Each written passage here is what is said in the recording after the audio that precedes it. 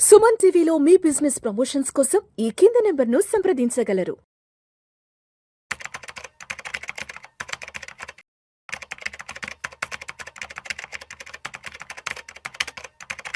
ప్రేక్షకులకి మీ రామచంద్రమూర్తి నమస్కారాలు. ఇవాళ ఈ వీడియోలో గోల్డ్, సిల్వర్, క్రూడ్, కాపర్ ఇవి చూద్దాం కమోడిటీస్. సో గోల్డ్ ఇవాళ ఇంటర్నేషనల్గా తీసుకుంటే $4,450 వచ్చింది.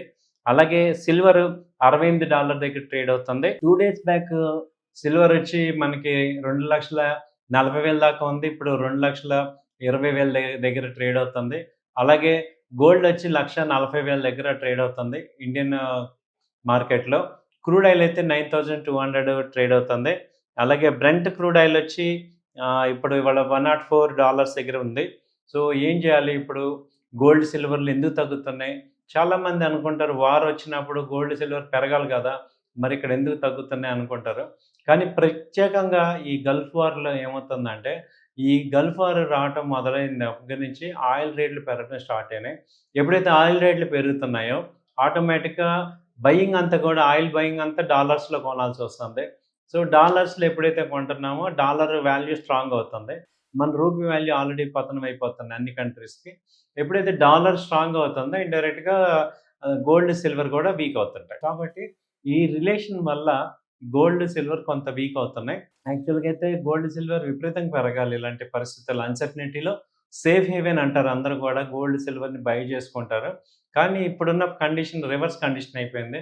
ఒక్క క్రూడ్ ఆయిల్ రేట్లు పెరగడం వల్ల మొత్తం ఎకానమీ అంతా కూడా డిస్టర్బ్ అవుతుంది. కాబట్టి ఈ క్రూడ్ వల్ల ఏమవుతున్నాయి, రేట్లు పెరగడం వల్ల ఈ యొక్క గోల్డ్ సిల్వర్ రేట్లు కూడా తగ్గుతున్నాయి. సో ప్రెజెంట్ ఇప్పుడు అంతకుముందు చూసుకుంటే గోల్డ్ హై వచ్చి $5,500 దాకా వెళ్ళింది. ఇండియన్ కరెన్సీలో 1,80,000 దాకా వెళ్ళింది.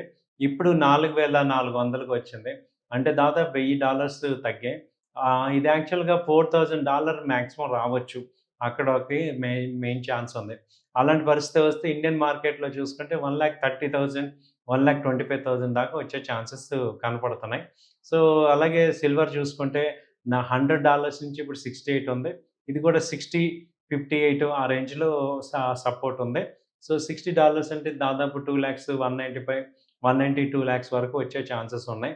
సో ఈ గోల్డ్ సిల్వర్ పెరిగితే ఎంతవరకు పెరుగుతాయి అని చూసుకుంటే $5,000 అయితే ఇంటర్నేషనల్గా అప్ ట్రెండ్ ఉంది. 5,000 అంటే ఇక్కడ ఇండియన్ మార్కెట్లో చూసుకుంటే 1,50,000 దాకా ఛాన్స్ ఉంది. అలాగే సిల్వర్ కూడా 2,50,000, 2,60,000 దాకా ఛాన్సెస్ ఉన్నాయి. అయితే ఇప్పుడు క్రూడ్ ఆయిల్ చూసుకుంటే ఇప్పుడు హాట్ క్రూడ్ ఆయిల్ ఇది ఇప్పుడు ప్రెజెంట్ $100 ఉంది. ఇక్కడ మన ఇండియన్ కరెన్సీలో ఇండియన్ చూస్తే 9,200 ఉంది. ఇది అంతకుముందు నిన్న 2 days బ్యాక్ 8,200 దాకా వచ్చింది. ఇప్పుడు మళ్ళీ ఫ్లక్చుయేట్ అవుతున్నాయి. మొన్న 10,000 దాకా కూడా వెళ్ళింది. సో ఇదైతే ఈ రేంజ్లో ప్రెజెంట్ ఫ్లక్చుయేట్ అవుతుంది.